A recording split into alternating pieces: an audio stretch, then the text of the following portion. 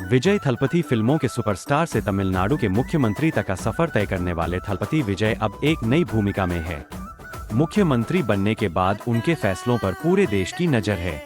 विजय शपथ ग्रहण समारोह 10 मई 2026 को विजय ने तमिलनाडु के मुख्यमंत्री पद की शपथ ली। इसके साथ ही तमिलनाडु की राजनीति में एक नया अध्याय शुरू हुआ। तमिलनाडु सचिवालय भवन मुख्यमंत्री पद संभालने के बाद विजय सरकार ने शुरुआती दौर में आम जनता से जुड़े कई मुद्दों को प्राथमिकता देने का संकेत दिया। इलेक्ट्रिसिटी शुरुआती घोषणाओं में घरेलू बिजली को लेकर 200 यूनिट तक मुफ्त बिजली का फैसला प्रमुख रहा। इस फैसले को लेकर लोगों के बीच काफी चर्चा। महिलाओं की सुरक्षा के लिए विशेष सुरक्षा बल बनाने की घोषणा भी शुरुआती फैसलों में शामिल रही। सरकार का कहना है कि इसका उद्देश्य महिलाओं की सुरक्षा व्यवस्था को मजबूत करना है। तमिलनाडु पुलिस कानून व्यवस्था भी सरकार के लिए एक बड़ा मुद्दा है। मुख्यमंत्री विजय के पास गृह और पुलिस विभाग की जिम्मेदारी भी है।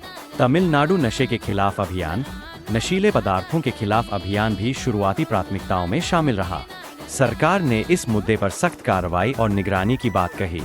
मुख्यमंत्री विजय सरकारी अधिकारियों के साथ बैठक, इसके साथ ही प्रशासनिक स्तर पर अधिकारियों और मंत्रियों के साथ बैठकों का दौर भी जारी है।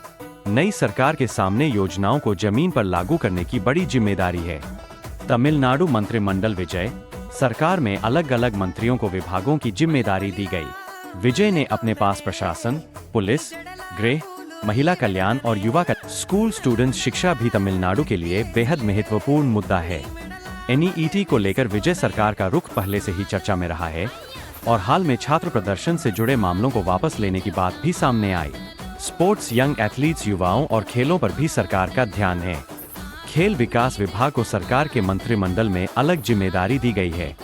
तमिलनाडु मैप। लेकिन अब तमिलनाडु की राजनीति में एक और बड़ा मुद्दा चर्चा में है, लोकसभा सीटों का परिसीमन यानी डिलिमिटेशन।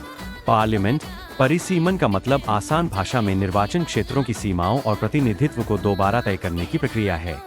यही मुद्दा दक्षिण भारतीय राज्यों के लिए काफी महत्वपूर्ण माना जा रहा है। विजय पॉलिटिकल मीटिंग। लेकिन इस बैठक को लेकर राजनीतिक मतभेद भी सामने आए। कुछ बड़े राजनीतिक दलों ने बैठक से दूरी बनाने का फैसला किया, जिससे मामला और चर्चा में आ गया। विजय पब्लिक एड्रेस। विजय के लिए सबसे बड़ी चुनौती अब यही है कि उनकी लोकप्रियता को प्रभावी प्रशासन में कैसे बदला जाए। सिर्फ घोषणाएं नहीं, बल्कि उनका जमीन पर असर ही सरकार की असली परीक्षा होगा। विजय तमिलनाडु मैप।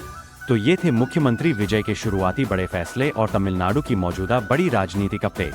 अब देखना होगा कि आने वाले समय में विजय सरकार कौन से नए फैसले लेती है और उनका असर राज्य की जनता पर कितना पड़ता है। आपको विजय सरकार का कौन सा फैसला सबसे अच्छा लगा?